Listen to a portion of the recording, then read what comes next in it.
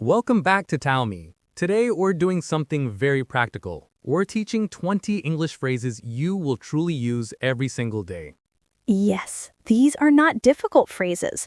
They're everyday expressions that make your English sound natural, confident, and easy. And we will show them in real conversations. Imagine you're in a shop and you can't find something. Easy. I walk to the staff and say, "Could you help me with this?" For example, "Could you help me with this? I'm looking for the blue notebook." Perfect. When you want something specific, Like, I'm looking for a phone charger. good. Works in any shop. Very simple, but very necessary. Yes. How much is this? You can use it for clothes, food, anything. I use this every time I buy shirts. Same. Do you have a bigger size or do you have a smaller size? This is my favorite shopping phrase. Because it saves money. Yes. When you don't want to buy, just say, "I'll think about it." Use this when someone is waiting for you. For example, "Tasif, are you coming?" And you reply. I'm on my way. Suppose someone asks you a question but you need time. You say, Give me a moment. I'm checking. very useful when you need clarification. Like when someone says something unclear. What do you mean? Friendly and positive. Hey, Tasif, let's record another podcast after this. That sounds good. If you're unsure about something Like, are you free tomorrow? and you say, Let me check.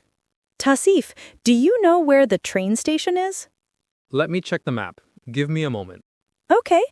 By the way, if we ask a stranger, We say, excuse me, could you help me with the directions? use this when someone speaks quietly or quickly. Exactly. For example, the bus driver says something unclear and you say, sorry, I didn't catch that. Very polite. Yes, works with teachers, shopkeepers, anyone. A great phrase to continue a conversation.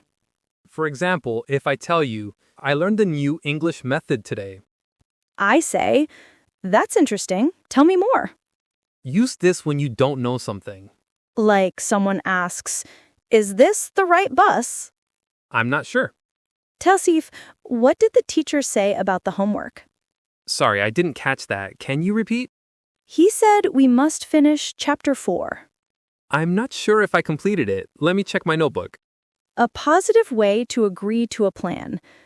For example, should we study together today? And you say, Let's do it. when you accept someone's plan. Let's meet at 5 p.m. That works for me.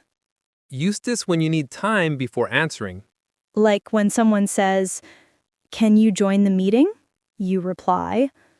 I'll get back to you. This shows you're relaxed. For example, sorry I'm late. No worries. A simple way to ask about the situation. If you walk into a room and everyone looks confused, you say, "What's going on?"